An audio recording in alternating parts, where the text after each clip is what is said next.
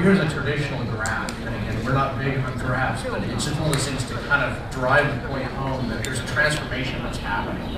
And you kind of see the bell curve that's there, and the high point represents the middle class.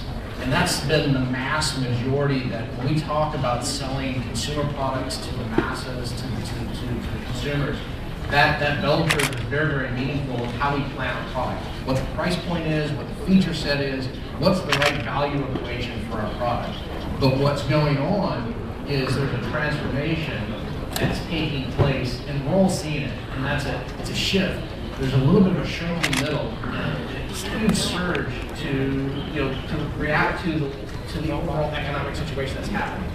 And that is that when we look at it, there's a shift of funds, there's a shift of money. Dennis said earlier, we're all more mindful of how we spend our money. So as designers for HP, we have to be very mindful of how we're designing the product. What's the right value? What's the right quality level? What's the right details into the product to provide that value equation? Now, what's matching up to these curves is that you're going to see the market also match up. So you not only see the user in their shift in economic situation, you're also seeing the market itself shift. So you see the value piece really starting to rise. You see what we call the mainstream starting to recede a little bit. This is really where a lot of HP products have been in the past. And of course, with our Voodoo acquisition, we've already been in a key position for our luxury market. So now, one of the things that we wanted to do is also give you a little bit of focus on, when we're designing in this value segment, who do we keep in mind, right? There is a shift also as we look at retailer. And, again, we just kind of put a cross-section of different folks. But again, there's a rise in this value segment. You see a rise in kind of, if you will, an opening price point category. And you're going to see a lot of things that we showed today, and we'll talk in detail in the interview sessions later on about what emphasis we put on the designs and why we're putting so much effort into that opening price point piece. Okay, the next subject we'd like to touch on is just the eco-friendly movement.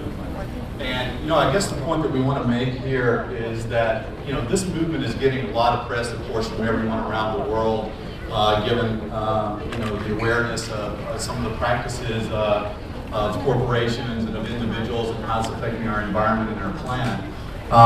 The point that we would make here is that for decades, HP has actually been a leader in these good environmental practices. And so what we're seeing at a macro level is this awareness across the world to the general public. Just a few of the images that we have here, for instance, all the way from the large buildings, the spaces that we're designing, that we're living in. Skyscraper here using wind energy to actually reduce its carbon footprint. Across the board to, an example of a dwelling using a green facade to not only enhance the aesthetic, but to provide insulation or help clean the environment.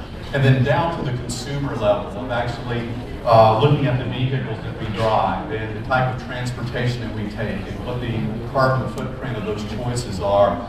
And what we're seeing is a focus on sustainability and return to simplicity.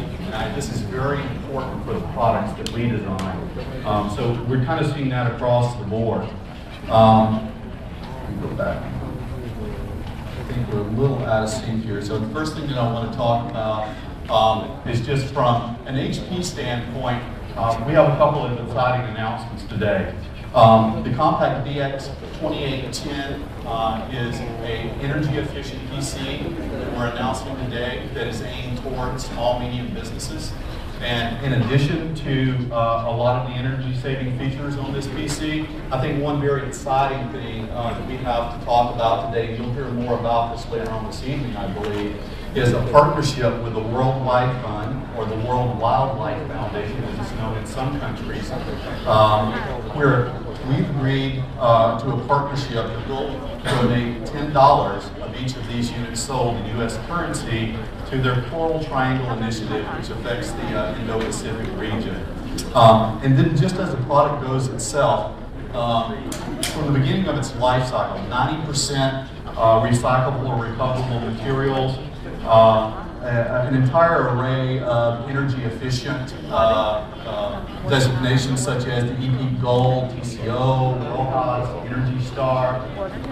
And each one of these units is actually shipped with the HP Power Management software, which allows an individual to not only monitor, but to adjust his power consumption on his individual PC.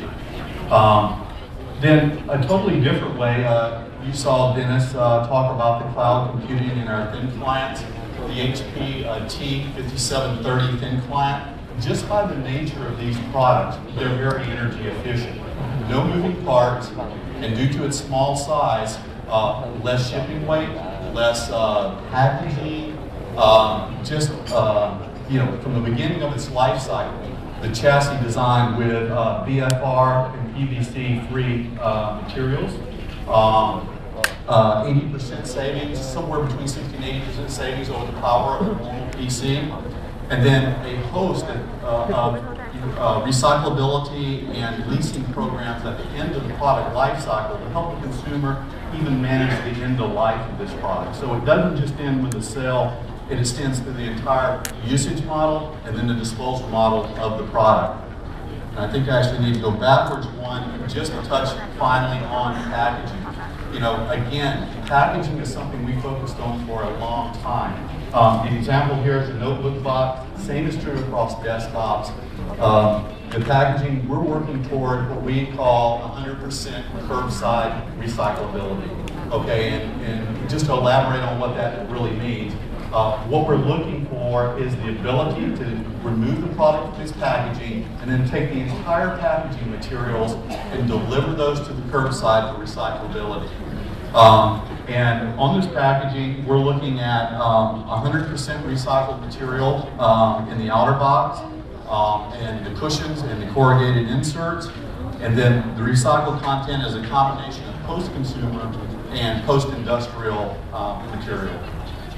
So if I skip forward a little bit, I'll turn it back over to Stacy for a moment to speak about color. Okay, so another trend that, obviously you've seen probably much written about, and that's the amount of color, personal choice, and everybody wants their own color. And, we're doing a little bit of a twist on terms here when we say neutral and color. So HP, as a company that designs for a worldwide market, but yet still addresses regional markets, one of the things that we do research on is color specifically. That's one of the things, color is a very, very passionate thing, right? If I ask everyone in the audience, we're going to get 100 different answers as to what the color is. And so when we design our products, we design them with almost a timeless nature when we think about color. So if you look at a lot of the products here, the core asset, the core, if you will, as far as the color scheme, has always been a black and silver combination. Why? It's very timeless. It meets all needs for most people. And then, there is going to be a segment where, I want to have that personal expression. Now, always the confusing thing, this is what you get in the media versus what is actual in the data. And that is that people say they want choice and they want all these colors. And if you go to a focus group type setting, you go, what color would you like? And everybody's going to raise their hand and say, I want blue, and I want purple, and I want green. But the actuality is when the people actually take the money from their pocket and actually go out and buy the units, they tend to go a little bit more conservative. And so the slide that Randall has up right now is really a reflection on our data. This is both data that's from a research base as well as observational from retailer settings, and that is that where do people typically buy? They buy in this black and silver range. And then you see this kind of huge jump as it goes down into the color region. So what you're looking at is when you hear about the buzz of color, you talk about color, and we're doing color, but it's a subset